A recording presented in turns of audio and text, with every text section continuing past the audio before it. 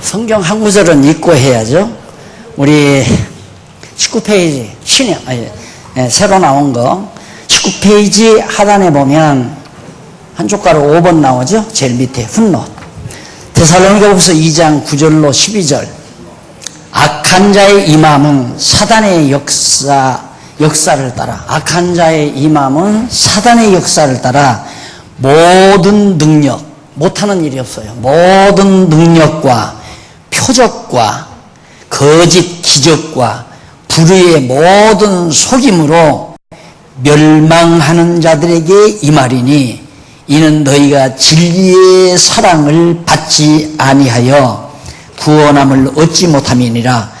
이러므로 하나님이 유혹을 저희 가운데 역사하게 하사.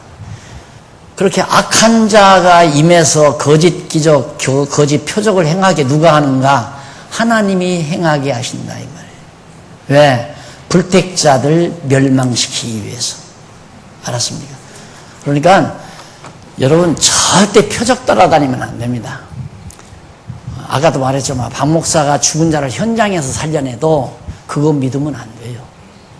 그것이 하나님께서 사단의 역사를 따라 악한 자로 하여금 멸망하는 자들을 멸망시키기 위해서 하나님이 그렇게 하신다. 성경에 나오잖아요. 유혹을 따라 가운데 역사하게 하사 거짓 것을 믿게 하시면 나 잘 믿는다고. 잘 믿기는 뭘 잘 믿어요. 거짓 것을 믿는 거지. 진짜 참 진리를 믿어야지.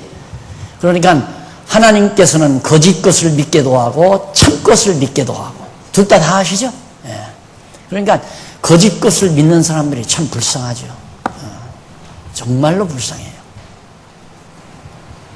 요즘에 신문에 막 계속 전면 광고로 일간지에 나오더라고요. 뭐 하나님이 뭐 이 시대에 말씀하셨다면서 막 전면 광고. 돈 많은 사람인가 봐요. 읽어보면 엉터리 같은 소리를 그렇게 막 엄청난 돈을 들여서 전면 광고를 매일 나와요. 매일. 사람들이 이제 그런데 유혹당하면 빠져들어가는 거죠. 성경 이해에 접근하면 안 돼요. 그래서 거짓 것을 믿게 하시면 진리를 믿지 않고 불의를 좋아하는 모든 자로 심판을 받게 하리 하십니다.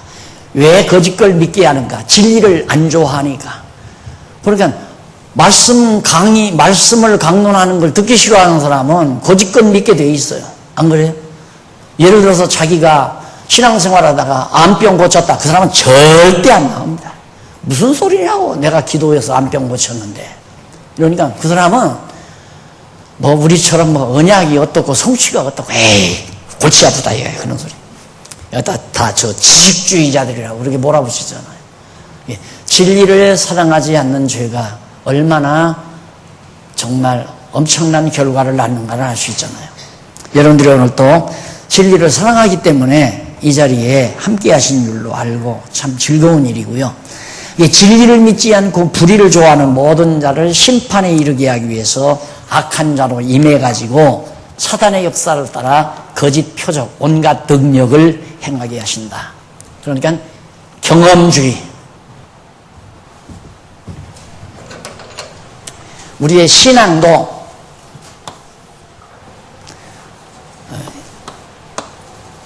이론과 경험. 우리가 여러분들 공부하는 건 이론적인 거죠. 논리적으로 언약대로 이루신다. 이걸 성경 전체를 논리화해서 통일된 논리로 여러분들이 이제는 그건 다 알잖아요. 그거 다 언약대로 성취한다는 거 그건 모르면 장안중앙교회 교인이 아니죠. 그런데도 가끔 잊어버리잖아요. 잊어버리는 거 우리 김기용 목사님 지금 안 계시니까 안 계시는 동안 내가 살짝 기억나게 경건의 시간에 해드릴게요. 잊어버리고 사는 거. 그래서 우리가 늘 잊어버리고 사니까 근심도 하고 걱정도 하고 염려도 하고 괴로워도 하고 이 언약 성취의 진리를 다 듣고 아는데도 그게 기억이 안 나는 거예요. 실제 생활 속에서 딱딱 기억이 나면 맞아, 아멘, 맞아. 그래서 근심 걱정이 쫙쫙 물러가거든요. 그게 기억이 나야. 그래서 살짝 기억나게 해드릴게요. 그래서 이론이라는 게 그만큼 중요하단 말입니다. 이론이 없으니까, 성경을 모르니까, 쉽게 말해서 성경을 모르니까 어디로 가느냐? 경험으로 가는 거예요. 이 사람들이 겉으로 보기에는 신앙이 참 좋은 것 같아요. 하루도 안 빠지고 새벽기도 나가지, 11조 꼭 가지, 목사님 말씀 절대 순종하지, 열심으로 봉사하지요. 얼마나 믿음이 좋아요. 한 번 경험해 놓으니까, 목사님이 오셔서 안수할 때 내 위장병이 다 나았고 암병이 다 고쳐졌다. 이런데 그거보다 더 좋은 게 어디 있어요? 한 번 경험했다 이거예요. 그러니까 우리 목사님이 최고다. 그 목사님 말만이 진리지 언약 성취는 진리가 아니죠. 그러니까 답답한 거예요. 그래서 제일 골치가 뭐냐면 이 경험. 우리나라 성도들이 대부분 경험하는 사람이 없거든요. 오순절에 다 접근해가지고 부흥회 한 번 안 거친 사람이 별로 없잖아요. 그런데 부흥회 거치면서 경험도 하거든요. 등골이 막 오싹했다 이거예요. 그게 바로 성령의 역사다. 왜? 등골이 오싹한 건 여러분 내 사랑하는 자녀가 그것들을 뭐라 합니까? 막 줄 메고 막 이렇게 떨어질 때 떨어지는 거 있죠? 그거 뭐라 다이빙처럼.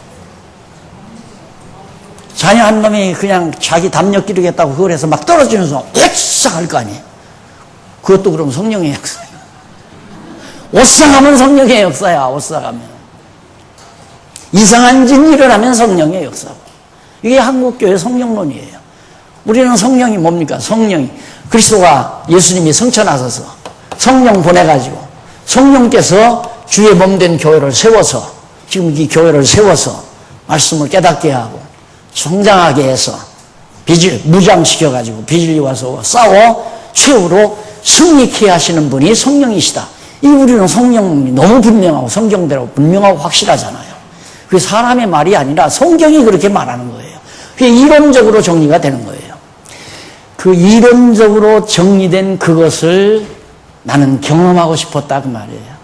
그래서 한마디만 합시다. 그게 바로 체제개혁이에요. 체제개혁의 가장 초점이 뭐냐? 이론적으로 알고 있는 것이 알고만 있는 게 아니라 이론적으로 알고 있는 대로 경험하고 싶었다. 그게 바로 체제개혁의 핵심이에요. 그럼 보세요.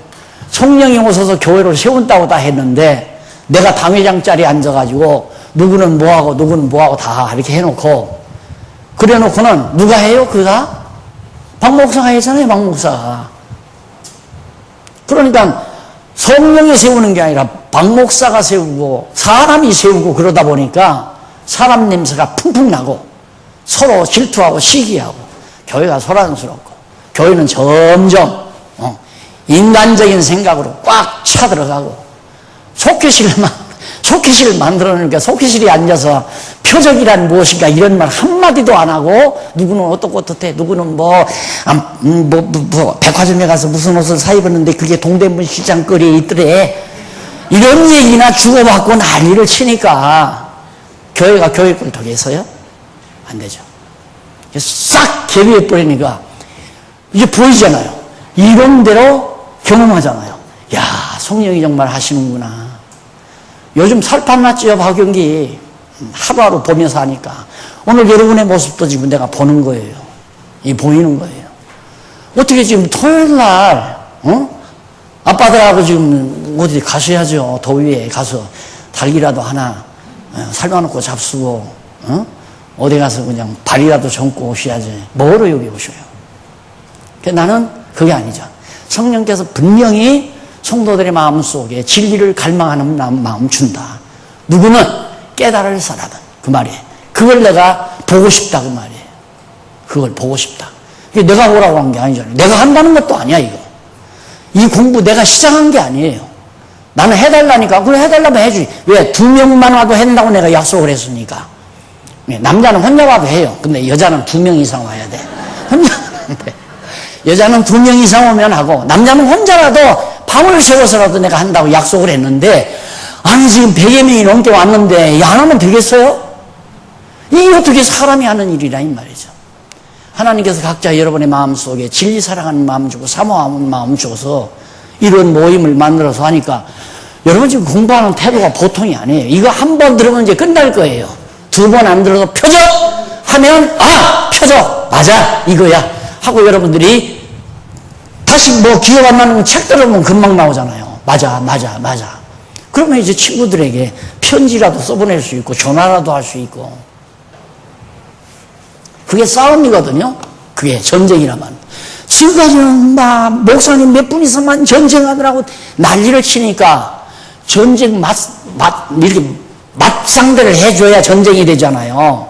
근데 목사 찾아가서 전쟁하는 사람 별로 없고 여러분 만나서 야 너는 뭐 장안중앙교회 다니면 그래 다닌다. 너 교회 뭐 이단이라며? 야 이단 아니야. 뭐가 이단 아니야. 인터넷에 다 나왔던데. 그러면 할 말이 없는 거예요. 그도 야 이거 아닌데. 그럼 말 한마디를 못하니까 전쟁이 안 되잖아요. 전쟁을 해야죠. 아니야. 너 그 이단이라고 여러 이단이라고 한 거고 표적이란 봐도 이런 거고 너 표적 봤다며 웃기는 소리 하지 마 얘. 표적 그거 아니다. 하고 딱 성경 근거돼 가지고 얘기를 해줄 수 있어야 전쟁에 승리하는 거란 말입니다. 그래서 앞에 이제 그 표적의 주체 누가 표적을 행하느냐 아무나 부흥사가 아무나 표적을 행한다 그런 게 아니에요. 표적의 진정한 표적의 주체자는 예수 그리스도예요. 예수가 주체이시고 예수의 권한을 메시아의 권한을 잠시 이양받은 사도. 이 사도는 누구냐면 메시아에게 보냄을 받은 자. 메시아 예수 그리스도로부터 직접 보냄을 받은 자. 이게 메시아예요. 나는 직접 보냄을 받은 게 아니잖아요. 성령께서 내 마음 감동해서 나로 하여금 복음 전도자로 세운 것이지 예수님이 나를 직접 사도로 보낸 건 아니란 말입니다. 그러니까 표적의 주체는 예수님과 그 다음 그가 보내신 사도만이 표적의 주체이시다. 표적을 직접 행하는 분이다. 그리고 또 하나 있어요. 누가 표적을 행해요? 모든 권능도 행하고 악한 자, 적그리스도, 사단의 조종을 받은 자, 그것도 하나님이 하게 하신다고 그랬죠. 사단도 하나님이 다 쓴다고 그랬잖아요. 여기도 나오잖아요. 근데 이 말 했다고 이단이라고 그러는 거예요. 이 말 했다고 또. 아니 성경 그러면 이 데살로니가 쓴 바울도 이단이죠. 악한 자에 나타나는데 사단을 통해서 온갖 능력을 행하게 하고 표적을 행하게 하신다. 왜? 멸망시키기 위해서 하나님이 그런 역사를 하게 하신다. 성경에 있잖아요. 그 말한 바울을 이단으로 삼아야죠. 하나님이 다 사단도 쓰고 악령도 쓰고 다 써요. 그러니까 악령 집어넣어주면 쉿 하면 쓰러져요. 할 수 있단 말입니다. 거기에 성도들이 놀아나는 거예요. 네, 개그맨 역할하는 것보다 돈이 잘 버니는가 보죠. 그 짓을 일본까지 가서 하니까. 일본에서 아마 이 강의 지금 들을 거예요. 그 선교사님이 아마 듣고 있을 거예요. 가서 그분하고 좀 싸웠으면 좋겠어요. 그 다음 표적의 특성. 표적이란 어떤 특성을 가지고 있는가?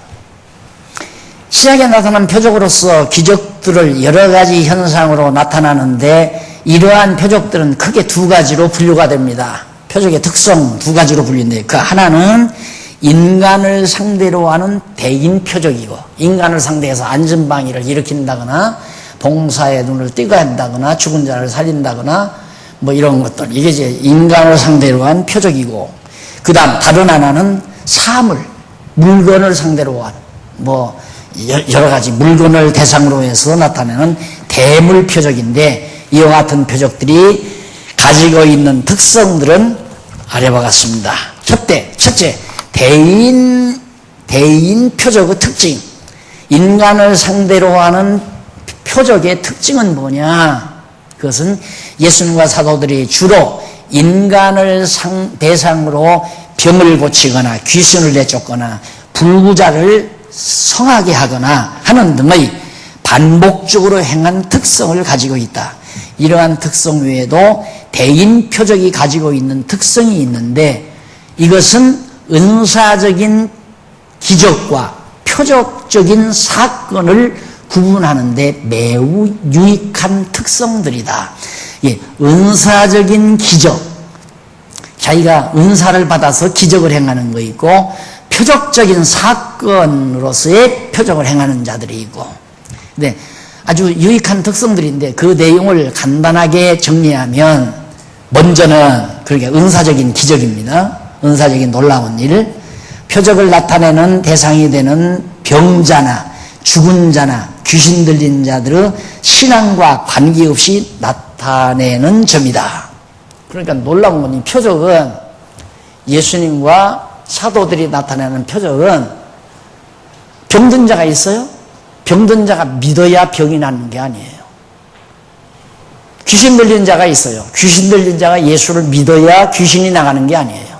그냥 일방적이에요. 예수님이나 사도들의 일방적인 작용에 의해서 귀신이 나가고 죽은 자가 살아나고 병이 낫고, 이게 바로 표적의 특징입니다. 근데 믿으면 낫는다, 믿으면 낫는다, 그건 표적이 아니에요. 그건 표적이 아니에요. 표적이란 예수님 당신 자신이 독자적으로, 또 사도들이 독자적으로 귀신 들린 자에게 명하면 그냥 귀신이 나가버려요. 문둥 환자 10명이 있었죠? 10명이 있는데 10명 문둥 환자가 다 나은 거예요. 그 중에 한 사람만 갔다가 예수님 앞에 돌아와요. 아홉은 돌아오지도 않아요. 문둥병이 나았는데. 그러니까 병 나은 자, 문둥병이 나간 자가 다 구원 얻는 게 아니고, 그런 사건을 통해서 예수님 자신이 구약에 예언된 그리스도라는 사실을 확증하기 위해서 표적을 행하는 거란 말입니다. 사도들도 마찬가지고요. 그러니까 표적은 증인의 역할을 하는 거예요. 증거, 하나의 증거. 예를 들면 이게 가짜냐 진짜냐, 명품이냐 짝퉁이냐, 그걸 알아보려면 상표 조사해보면 알죠? 그 상표를 정확하게 분석해보면, 이거 짝퉁이다, 진품이다, 이거 알 수 있듯이, 정말 예수가 정말로 그리스도냐, 구약에 언약된 또 예언된 표적대로 행하는 분이면 그리스도가 분명하다 이 말이에요. 그러지 않으면 그건 적그리스도다 이 말이에요. 근데 사도들이 다 끝나고, 사도시대가 다 끝나고 그 이후 시대에 또 뭐 죽은 자를 살린다, 암을 고친다, 뭐 뭉둥이가 깨끗해진다, 이거 적그리스도 역할을 하는 거예요. 왜? 멸망받을 자 사단의 역사를 통해서 멸망시키기 위해서 표적들을 행하게 한다 이 말이에요. 그러니까 과거 교회사를 보아도 이런 일이 한두 번 일어난 게 아니에요. 지금 오순절 역사 같은 것들이 과거에 다 있었던 거예요. 그러니까 신학을 제대로 했으면, 그런 교회사 같은 것도 제대로 했으면, 이거 또 일어나는구나. 언제 일어나는가? 교회가 부패할 때, 교회가 썩어지고 부패할 때. 교회가 순수할 때는 그런 거 안 일어나요. 교회가 점점 언제부터 부패하는가? 점점 돈이 많아지면 부패해지는 거예요, 교회는. 교회만도 아니에요. 사람도 그래요. 어리석으면, 지혜가 없으면 자꾸 재정경제가 가정적으로 좋아지면 자꾸 부패하게 돼 있어요. 지혜롭지 못하면. 지혜로우면 물론 좋은 거죠. 아무리 돈이 많아도 지혜로운 사람은 절대 세속화되지를 않지만, 어리석은 자는 돈이 좀 있으면 자꾸 세속화되게 돼 있어요. 교회도 마찬가지입니다. 그러니까 어제 여러분 이번 신문 보셨겠지만 60몇 개 교회가 지금 세습시킨다고 하잖아요. 전부 다 돈 많은 교회예요. 적어도 세습하는 교회는, 우리 교회도 세습할 만한 교회에 들어가요. 우리 교회도. 그 나머지는 뭐 세습하고 할 것도 없이 그냥 팔으면 자기 거니까. 그냥 교회 하다가 현찮게, 이거 이자 들어가는 거하고 이거 교인들 연보하는 거 수지 타산해서 안 맞으면 그냥 매매해버리고 마는 거예요. 매매해서 돈 받으면 자기 거지 뭐. 예? 그게 지금 한국교회 실정이라고 합니다. 그러니 이게 돈이라는 건 참 좋고도 나쁜 거, 지혜자에게는 좋은 거지만 어리석은 자에게는 참으로 나쁜 것이 돈입니다. 그래서 이렇게 타락하는 과정이 와지게 되면 이제 득세가 뭐냐면 이단들이 득세예요. 거짓 것들이 막 가버리니까 막 능력도 나타나고 엄청난 일이 일어나고, 그러니까 글로로 막 또 확 다 쏠리게 되죠. 그게 교회사 가운데서 파도 치듯이 일어나요. 파도 치듯이 쫙 일어났다 꺼졌다 일어났다.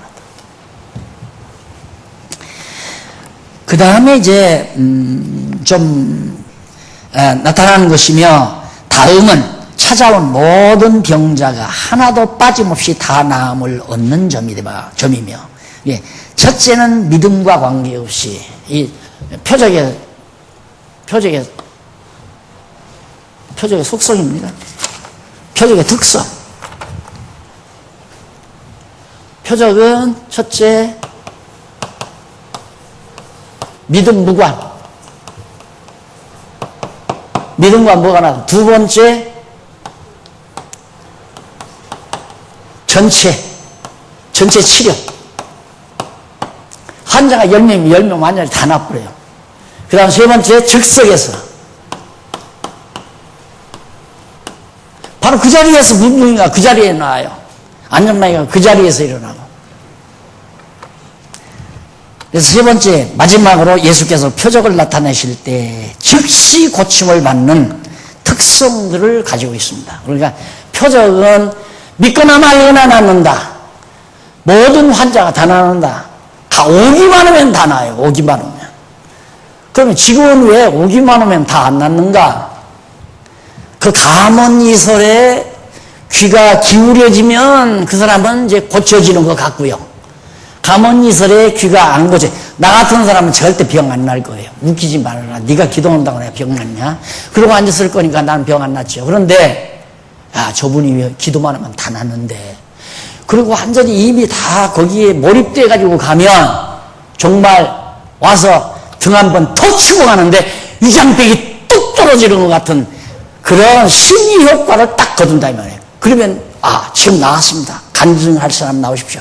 그러면 또 주책 없이 뛰쳐나가서 지금 목사님이 날 툭 치고 가는 순간에 위장병이 막 딱 떨어졌습니다. 다 나왔습니다. 그러니까 바보멍청이 같은 성도들 할렐루야 하고 난리를 치고 그 다음에 또 먹고 깨일기라고 집에 가서는 나기는 뭐가 나아요. 그냥 다 쏟아넘어가는 거란 말입니다. 그거 나았으면 그건 문제죠. 진짜 손 한번 툭 치니까 위장병, 암병들이 다 떨어졌다면 하나님께서 이 표적을 통해서 그 사람을 거짓 것을 믿게 하기 위해서 그리고 성경 진리를 사랑하는 마음을 없애기 위해서 그런 역사를 일으킨 거란 말이에요. 무서운 거예요. 그러니까. 그래서 어떤 세대가 악하고 음란한 세대가 표적을 안 구하나니? 네, 구하나니. 여러분들도 악하고 음란한 마음이 마음속에 가득하면 눈앞에서 그냥 죽은 사람 한번 살아나는 거 봤으면 좋겠다. 이 생각 하게 되는 거죠. 그 생각 전혀 없이 아직 병자가 낫든 안전뱅이가 안 낫든 관계없이 나는 확실하게 믿는다. 뭘? 예수가 구약에 예언된 그리스도라는 사실을. 왜? 처녀가 낳은 표적을 보아서. 처녀가 낳은 표적을 보아서 예수는 틀림없이 구약에 예언된 메시아다. 이건 의심 없이 믿는 거죠. 의심 없이. 의심이 있을 수가 있어요. 그것뿐만 아니고 그 다음 예수님이 계속해서 표적을 당신이 그리스도임을 나타내기 위해서 표적을 평생 3년 동안 계속 표적을 행했잖아요. 마가복음 보세요. 누가복음에도 그렇고 마태복음 같은 표적이. 물고기도 말이고 떡 5개로 5,000명 먹고도 12광주리가 남는 그런 표적을 왜 행했는가? 이미 그거 구약에 예언된 대로 예수님이 이루어 놓은 거예요. 왜? 당신이 그리스도라는 사실을 확증 지어주려고. 그러니까 나 같은 사람은 그게서 믿지. 안 그러면 나도 20대 초반, 10대 후반에 그런 놈의 서울에 가서 내가 봤어요. 서울에 가서. 성령의 불덩어리가 막 부흥의 석상에서 떨어졌다고 그러면서 사진을 찍어가지고 걸어놨는데 막 진짜 막 불줄기가 막 그 광장에다 사진에 나타나는 거예요. 그걸 보고 얼마나 많은 사람들이 난리를 쳤는데요. 또 막 성령의 향취를 맡았다 해서 나도 곰부러지고 엎으러지고 다 했잖아요. 나중에는 그 ABC 포마도 냄새인지도 모르고. 그 나중에 그 사진 딱 보니까 지금 저런 때 사진을 찍으면 이제 불빛이 확 이렇게 흔들려요. 이제 이럴 때. 그러니까 옛날에는 그 막 큰 광장에다가 이 전기다마를 쭉 줄을 늘여서 이렇게 하잖아요. 줄을 늘여서. 줄을 늘여 전기다마 타면 딱 켜놓으니까 밖에서 바람이 확 불면 흔들린단 말입니다. 그때 밤에 촬영을 쫙 하면 그 불빛들이 막 이렇게 번개치듯이 불빛이 이렇게 다 나요. 그게 성령의 불길을 내렸다고 그렇게 과장을 해서 광고를 해놓으니까 성도들이 다 가는 거죠. 수만 명이 가요, 수만 명이. 그걸 내가 다 험저가 아니라 다 눈으로 현장에서 다 봤잖아요. 내가 다 전부. 야, 이것도 완전히 다 사기치는 사람도 무식해서 사기치고, 사기치는 건 아니죠. 자기는 진짜 그런 거겠죠. 사람들이 그런다니까. 자기 기도받고 병 나았다는데 내가 기도만 하면 병 나는구나 이렇게 착각을 하는 거죠. 그리고 병 나았다는 사람도 완전히 정신 돌아가지고 병 났다고 하는 거예요. 안 그러면 이제 아까 말한 대로 정말 그런 기도원에 가서 좋은 공기, 좋은 물 마시면서 한동안 뭐 간수받고 기도하다 보니까 병 낫는단 말입니다. 그게 아니래도 좋은 공기 있는 데 가서 절간 가서 해도 나아요. 절간에서도 병 낫고 예수 믿어도 병 낫고.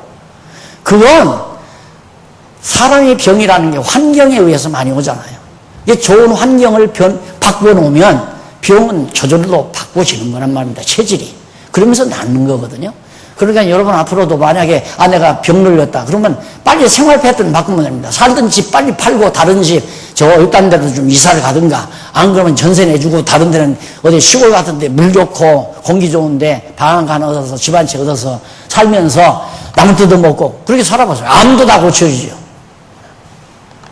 병 고쳐지는 거 가지고 예수를 믿고 안 믿고 그러니 이놈의 참 안타까운 일 아니, 이 엄청난 진리를 놔두고.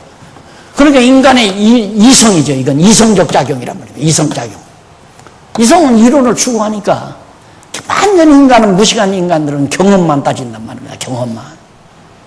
그러니까 이게 안 되는 거죠. 우리는 이성으로 성경에서 이론적으로 확인하고 그것이 사실인지 안 사실인지, 이론이 현실화되지는지 사실화되지는지 안 되지는지를 보고 싶었던 것이 내 생애의 소원이었는데, 지금 그거 보고 싶어서, 그건 내 욕심 채우기 위해서가 아니에요. 이 진리니까.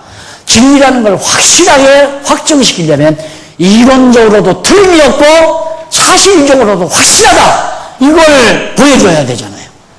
그래서 내가 여기 예배당 짓고 이사 오기 전에 여러분들에게 뭐라고 그랬어요? 이제 우리 저기 시흥동 가면 보여주는 교회 하자. 보여주는 교회. 지금 보여주는 교회 시작된 거 아니에요?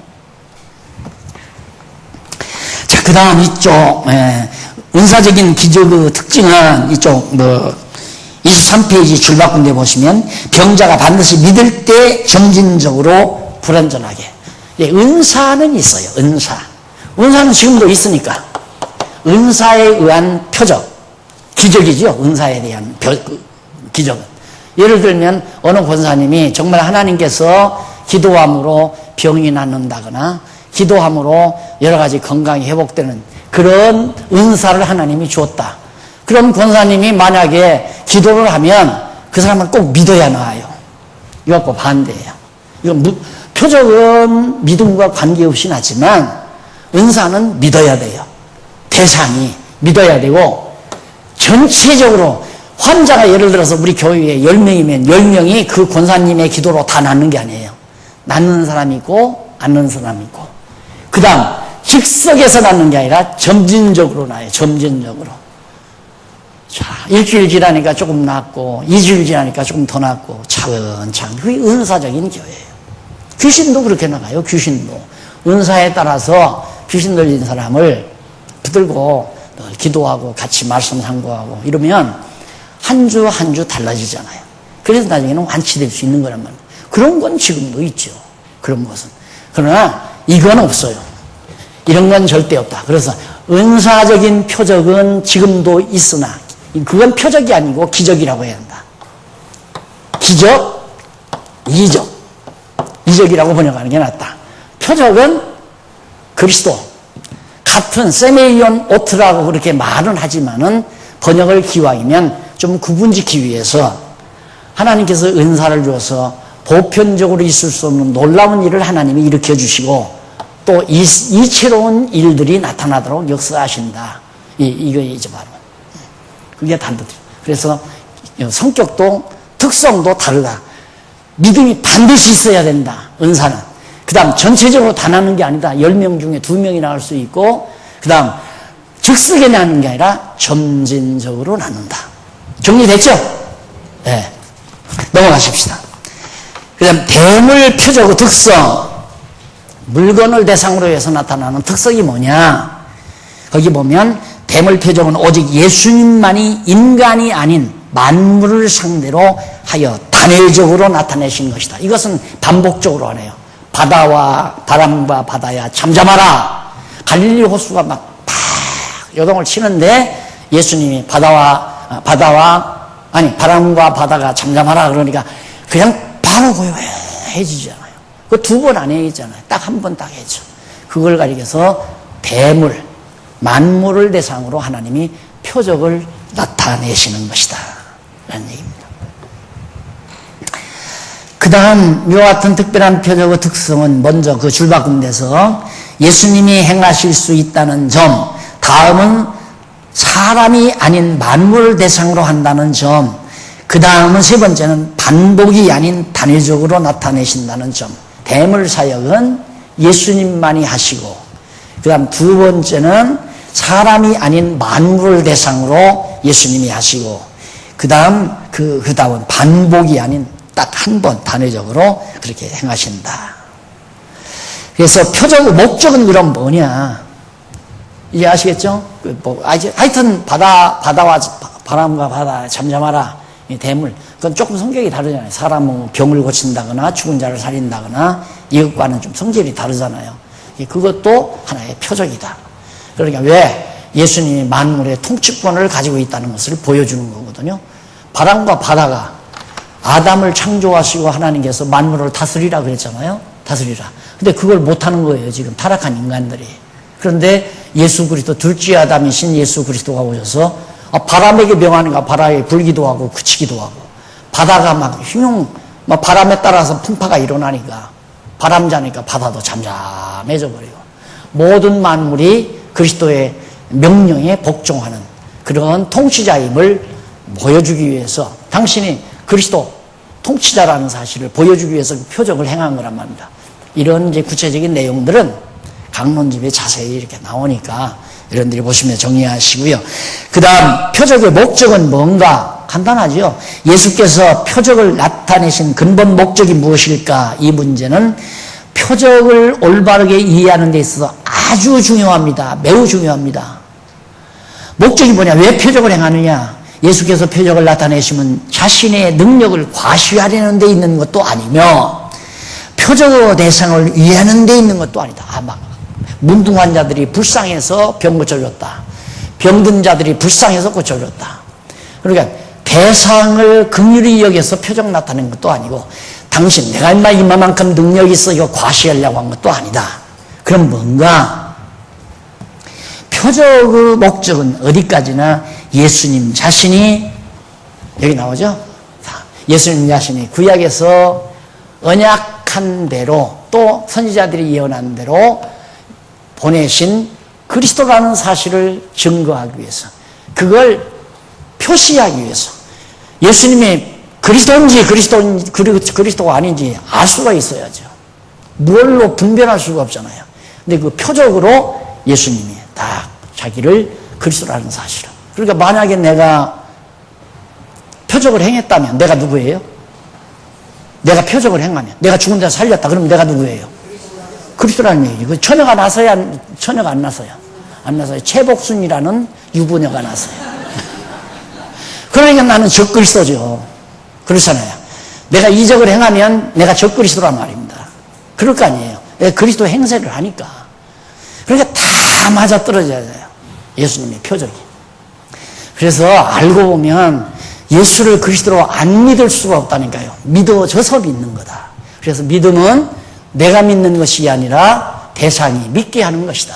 내가 믿음의 대상이 나로 하여금 믿게 하는 것이 믿음이지, 내가 애써서 믿어서 믿어지는 게 아니다 라는 얘기입니다. 자, 간단하게 그렇게 정리했습니다. 앞에서 말했듯이 표적이라는 말 자체가 사건의 목적을 담고 있는 용어이기 때문에 증표로 보여주는 기적적인 사건이라고 풀이될 수 있다. 따라서 표적은 예수님 자신을 증거하는데 그 목적이 있는 것이다. 그럼 여기서 예수님 자신을 증거하는데 목적이 있다고 하면 내가 예수를 그리스도로 증거하는데 나를 통해서도 표적 나타나도 되잖아요. 여기서 조심해야 한다. 표적은 이미 진짜 표적은 사도 여기서 끝났다. 여기서 사도 시대로 끝난 거예요.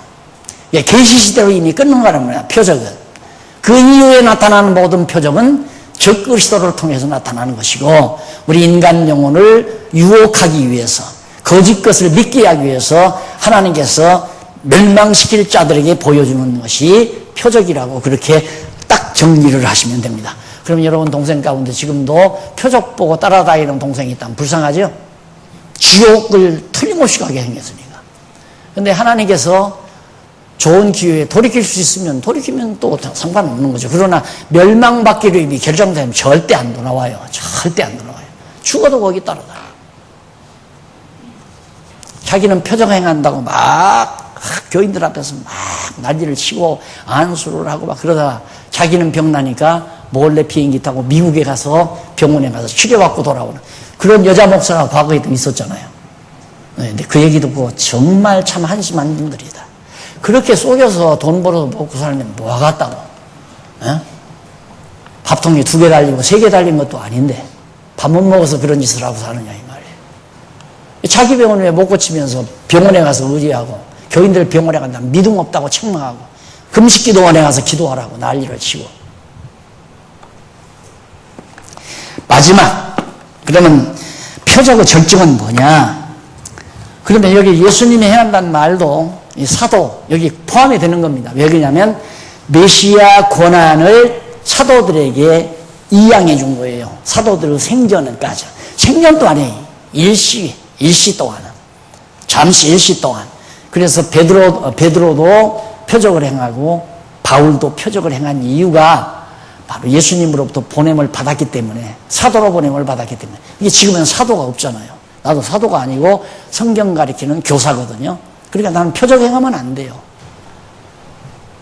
근데 참 놀랍죠. 나도 한마디면 그쪽으로 빠졌으면 처음에 이제 막 이런 속에 서울에 살다가 이건 거짓이다 아니다 하고 돌아갔어요. 그랬더니 뭐 박장로님 아들 능력 받았다 해서 시골 교회 집사님들이 막 날들어 신방을 가져요. 지금 한 남편이 귀신이 들렸다고.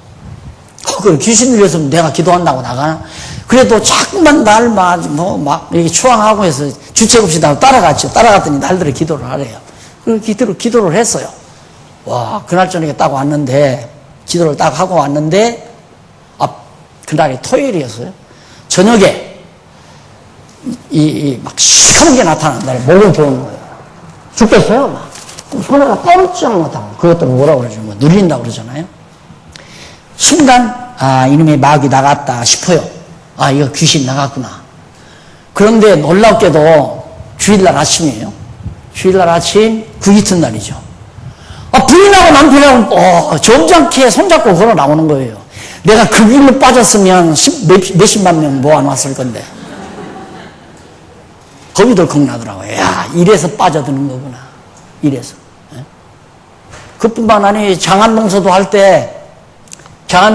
때 어떤 남편 한 분이 죽을 병이 들었어요.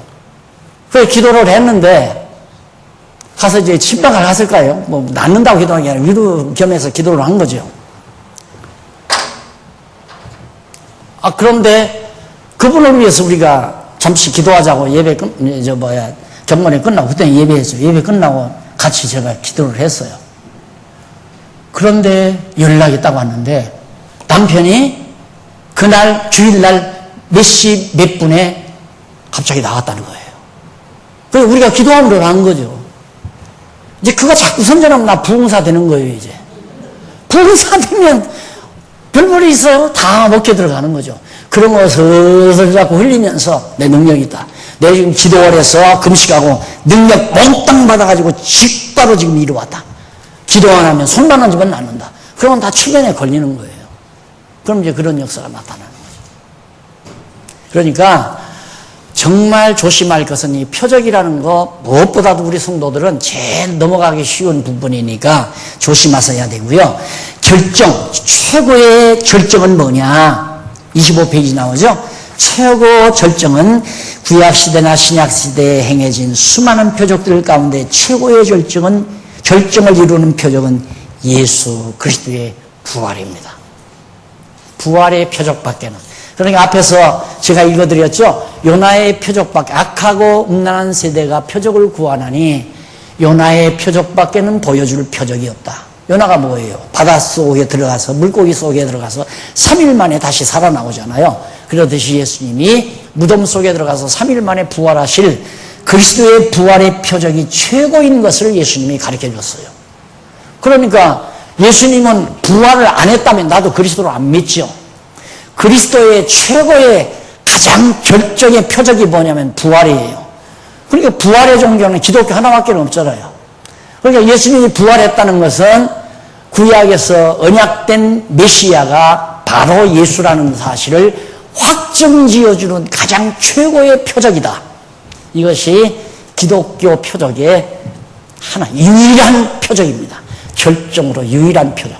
그러니까 지금은 우리가 부활의 표적을 보고 예수를 그리스도로 믿는 거지, 어느 부흥사가 안전망이를 일으키거나 소경의 눈을 띄웠다고 해서 그걸 보고 예수 믿는 건 아니에요.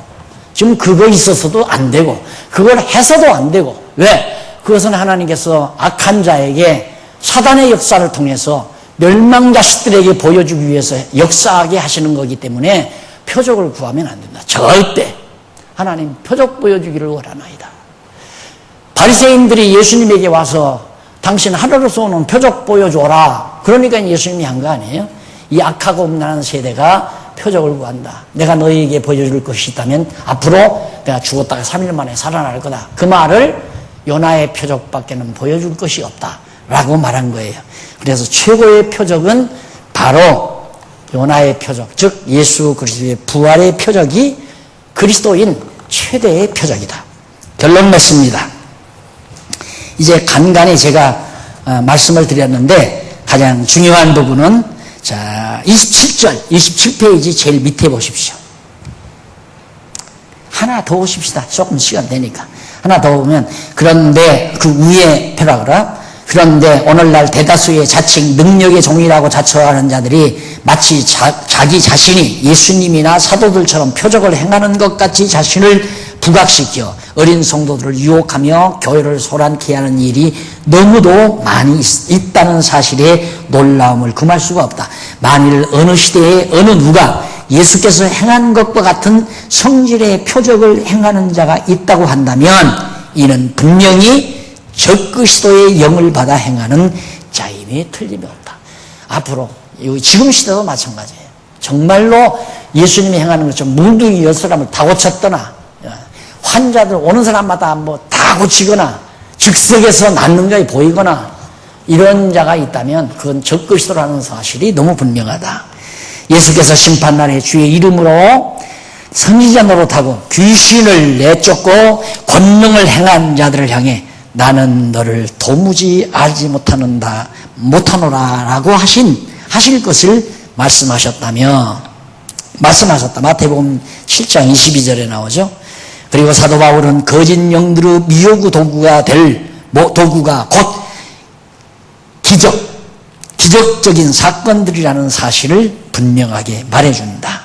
또한 사도 요한도 그가 반모섬에서 받은 장차될 일에 대하여 말씀하면서 짐승 권세가 큰 이적으로 모든 사람들을 미혹하는 환상을 말해주고 있습니다. 계시록에 나오죠. 따라서 그러므로 기독교의 바른 신앙은 기적의 그 바탕을 두어서는 절대 안 되며 어디까지나 표적 등을 방편을 통하여 분명하게 계시해 주신 정확무한 하나님의 말씀인 신구약 성경으로 이론적인 지식에 따라서 예수가 그리스도이심을 믿는 올바른 신앙을 갖추어야 한다. 됐죠? 지금 시험 봐도 되겠죠? 꼭 기억하시고 중요한 부분 언더라인에서 가끔 이렇게 한두 번만 읽어보시면 그 다음에는 이제 표적하면 술술술술 이게 나올 수 있을 겁니다. 이번에는 꼭 입이 터지시기를 바랍니다. 눈은 열렸는데 입이 안 열려가지고 그냥 꿀먹은 벙어리 있죠. 뭔가 달기는 단데 말은 못하는 꿀먹은 벙어리. 좋은 건 배우기는 배우는데 전혀 말을 못하는 상태. 이번에 꼭 고쳐졌으면 참 좋겠습니다. 기도하십니다. 자비하신 아버지 하나님 감사합니다. 표적이란 무엇인가에 대해서 정확하게 말씀을 통하여 깨닫게 하심을 감사드립니다. 허다한 영혼들이 잘못 알고 방황하는 자들이 많습니다. 저들에게 광명의 빛이 되게 해 주시옵소서. 예수님 이름으로 기도드립니다. 아멘.